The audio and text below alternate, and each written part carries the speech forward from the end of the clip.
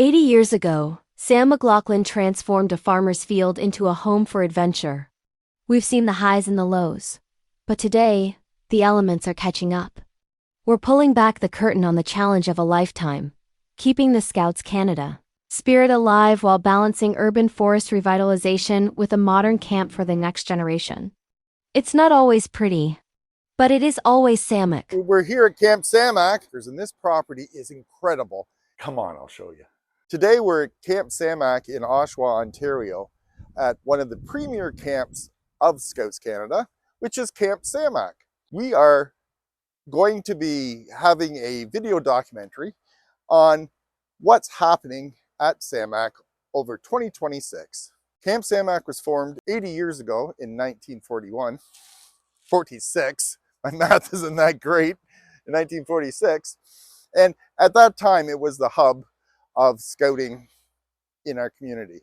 Now it is a community hub and, of course, a hub for scouting.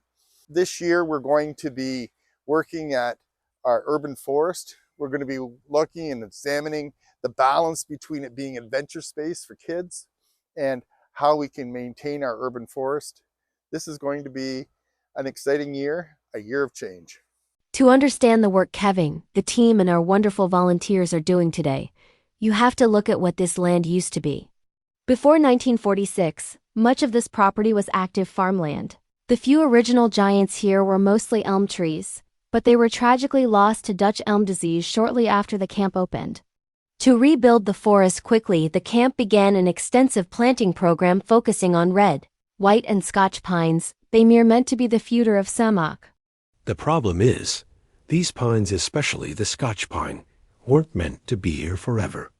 They served their purpose for 80 years, but now they're failing. We're at a turning point.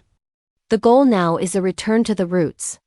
By removing these aging non-natives and the suffocating buckthorn, Samac is making room for the next century. A forest of sugar maples and sturdy oaks. The species that truly belong in this forest and that can thrive for generations. Our whole camp is infested with buckthorn, and it is an invasive species. When at first, back in 1946, when they planted the forest here, they planted it so it'd be an adventure center, and it's been an adventure center ever since. But now it's been overrun with buckthorn and strangling dog vine, and it has made it very, very difficult for our kids to have a great adventure. Common buckthorn, also known as European buckthorn, is a small shrub or tree native to Eurasia. It was introduced to North America in the 1880s as an ornamental shrub and was widely planted for fence rows and windbreaks in agricultural fields. Since then, it has spread aggressively throughout southern Ontario and in other provinces. So this is buckthorn, and it is everywhere. The reason it's called buckthorn is if you look at it, you can see, here's a better one over here. You can see how, where did the one go that we had? There it is. It looks like the hoof of a deer, and it's got thorns on it that make it just obnoxious. It's designed, it's from Europe. It's called European Buckthorn. It's from Europe, and they use it in hedgerows there, which works great because you can trim it, you can cut it, you can really hack it back, and it just keeps growing.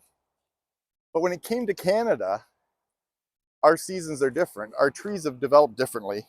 They're the first tree to get leaves and the last tree to lose its leaves. So it takes over everything. Wildlife can't get through. People can't get through. And as you can see here, this is just a mess, and there's no way any youth or anyone from our community is going to be able to enjoy that. So we are making a concerted effort to take that out.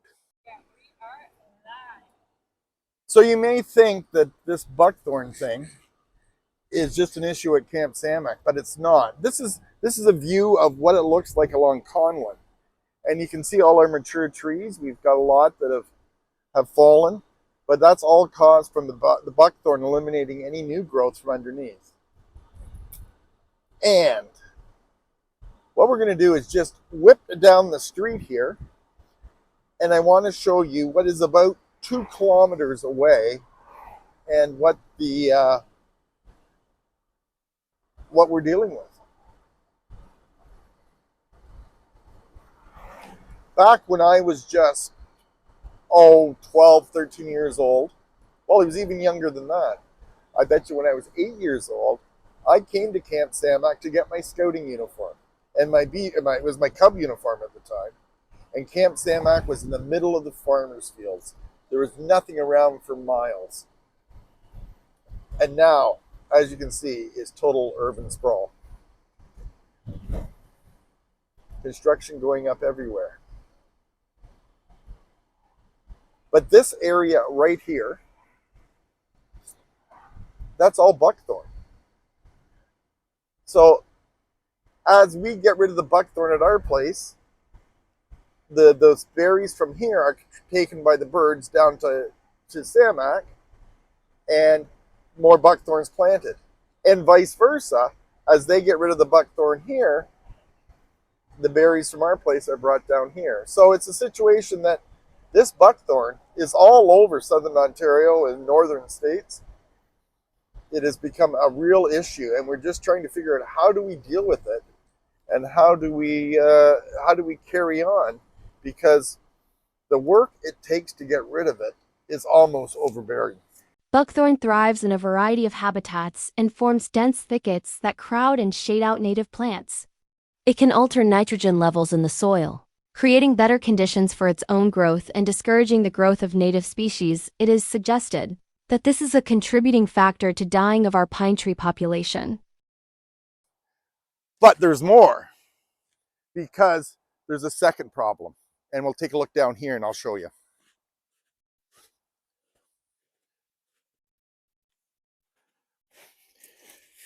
This is dead now, but in the summertime, this is strangling dog vine. And the strangling dog vine, you can see it, it kind of looks like a milkweed. Well, in fact, it comes from the milkweed family. And monarch butterflies lay their eggs on it. But unfortunately, the larvae starve because it can't process that food. And so it is hurting our monarch butterfly population. It also eradicates anything underneath it because it grows in so thick, you can't walk through it. It's got its name as strangling dog vine because you just can't get through it. And so we've got to get rid of the buckthorn before we can treat the strangling dog vine. So we have two major invasive species here at Samac, and we're going to work away at it over the year to make sure that we can enjoy our forests again. Dog strangling vine prefers open sunny areas, but can grow well in light shade. It grows aggressively up to 2 meters high by wrapping itself around trees and other plants, or trailing along the ground. Dense patches of the vine can strangle plants and small trees. The plant can produce up to 2,400 seeds per square meter. The seeds are easily spread by the wind, and new plants can grow from root fragments, making it difficult to destroy. The vine has invaded ravines, hillsides, fence lines, stream banks, roadsides, and our Camp Samac.